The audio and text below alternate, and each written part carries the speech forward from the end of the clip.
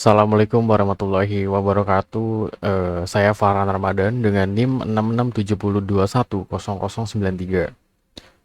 Di sini saya akan membahas mengenai isu lingkungan, yaitu konflik lingkungan yang diakibatkan dari adanya lahan pertambangan yang terjadi di negara Indonesia dan negara Panama. Sebelumnya, negara Indonesia itu merupakan negara kepulauan di Asia Tenggara yang dilintasi dengan garis khatulistiwa dan berada di antara daratan benua Asia dan Oseania sehingga dikenal sebagai negara lintas benua. Sedangkan negara Panama sendiri adalah sebuah negara yang terletak di Amerika Tengah. Negara ini berbatasan dengan Laut Karibia di utara, Samudra Pasifik di selatan, Kolombia di timur, dan Costa Rica di barat. Panama terkenal dengan terusan Panama, sebuah kanal buatan manusia yang menghubungkan Laut Karibia dan Samudra Pasifik.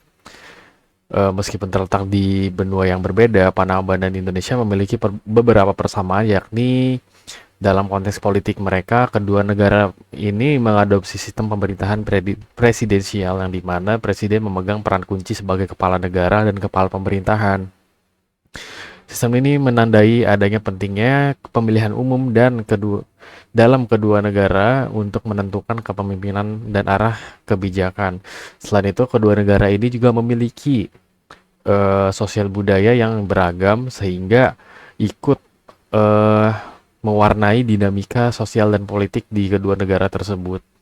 Sisi persamaan lainnya adalah terdapat pada isu lingkungan, yakni Indonesia dan Panama sama-sama mempunyai isu lingkungan mengenai lahan pertambangan yang dimana dalam konteks lahan pertambangan ini merugikan masyarakat yang tinggal di sekitar lahan pertambangan. Perubahan atau tutupan penggunaan lahan berimplikasi pada kontribusi peningkatan luas tutupan atau penggunaan lahan dari satu atau beberapa kategori tutupan atau penggunaan yang diikuti penurunan luas kategori lainnya pada suatu periode tertentu. Konversi lahan hutan menjadi penggunaan lahan lain merupakan fenomena yang sudah lama terjadi di dunia dan memiliki dampak yang cukup signifikan, di antaranya polusi udara, berkurangnya keanekaragaman hayati, dan pemanasan global dengan turunnya pengikat CO2. Pertama-tama kita akan masuk ke isu lingkungan yang terdapat di Indonesia, yaitu operasi tambang PT Antam di Monoropo, Desa Maba Putra, Pura, Kecamatan Kota Maba, Halmahera Timur, Maluku Utara di tahun 2021 lalu yang mencemari sungai dan pesisir pantai. Ekosistem mangrove dan laut pun terancam rusak. Pencemaran lumpur tambang ini menurut warga sekitar sejak Antam mulai masuk Halmahera Timur dan operasi pada 2006, sungai dan pesisir di Monoropo seringkali tercemar lumpur.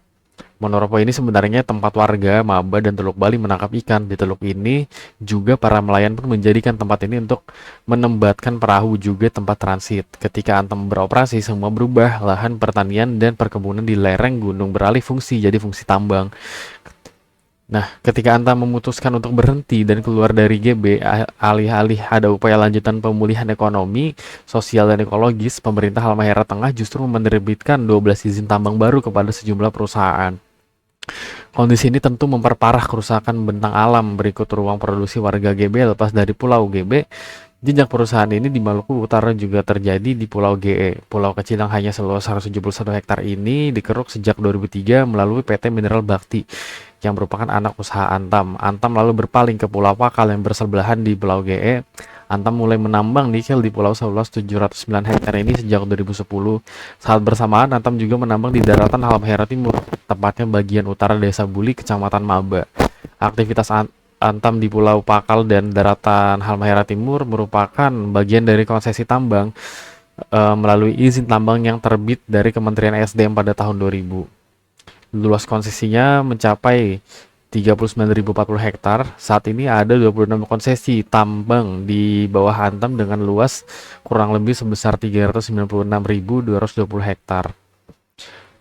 Segmen operasi nikel terdiri dari ferronikel dan biji nikel. Selain di Halmahera Timur, anak perusahaan Antam PT Gag Nikel juga mengelola tambang nikel di Pulau Gag, Papua Barat. Oke, selanjutnya kita akan masuk ke negara Panama yang terletak di benua Amerika Tengah. Nah, Panama sendiri dilanda protes terbesar sendiri itu terjadi sejak tahun 1987 terhadap kediktatoran militer Jenderal Manuel Noriega. Nah, kerusuhan yang terjadi saat ini tuh lebih banyak berkaitan dengan politik ESG, lingkungan hidup, sosial, dan tata kelola. Proyek yang ini tuh berpusat pada perusahaan pertambangan Kanada yaitu First Quantum, yang telah memproduksi kurang lebih 350.000 ton tembaga di Panama sejak 2019 dan menambah 5% terhadap total produk domestik bruto negara tersebut. Nah, namun para peneliti lingkungan itu menentang pembangunan tersebut karena dengan alasan bahwa negaralah yang memiliki kekayaan mineral, bukan penambang asal Kanada, yaitu First Quantum tadi.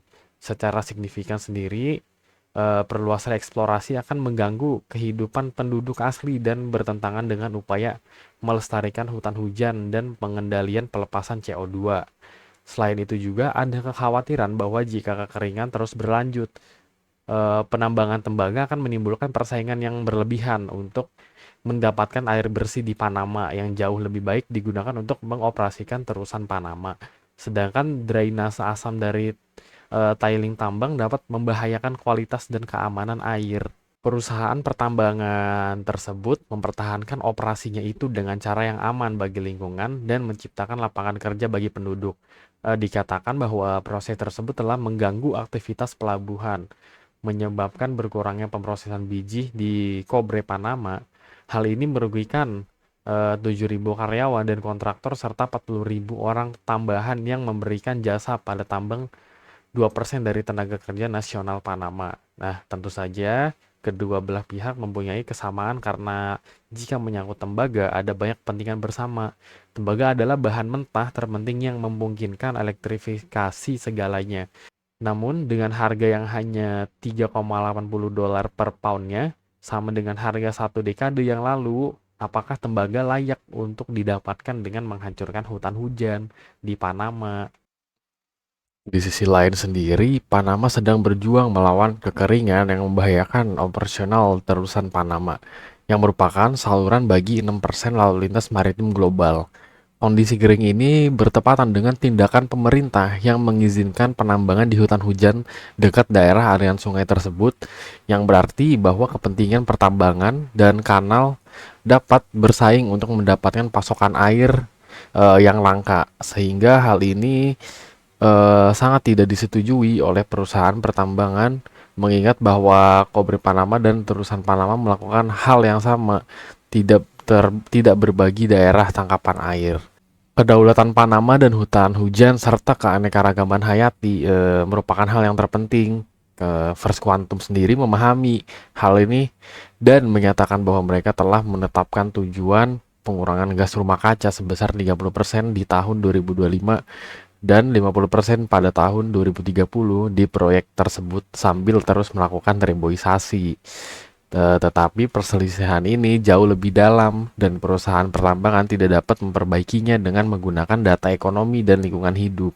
Tanpa bahan baku penting seperti tembaga, dunia tidak dapat memproduksi kendaraan listrik dan pembangkit energi terbarukan dalam jumlah yang cukup untuk mencapai tujuan iklimnya. Namun, menebang hutan hujan untuk mendapatkan bahan-bahan tersebut adalah tindakan yang kontraproduktif. Sumber daya yang menghasilkan 7,6 miliar ton CO2 secara global setiap tahunnya.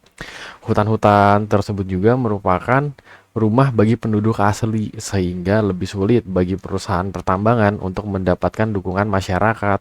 Penting untuk kita menjaga lingkungan agar terhindar dari perluasan lahan pertambangan, karena hal tersebut akan melindungi ekosistem alami, mempertahankan keanekaragaman hayati, serta memastikan ketersediaan sumber daya alam bagi generasi mendatang.